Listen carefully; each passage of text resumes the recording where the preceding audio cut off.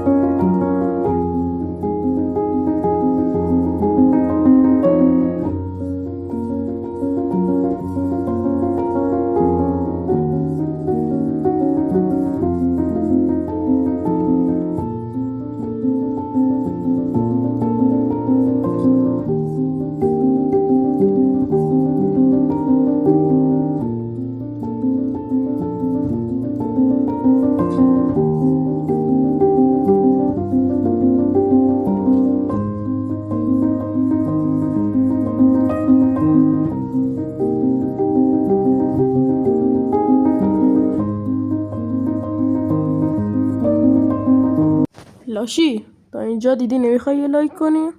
خجالت بکش.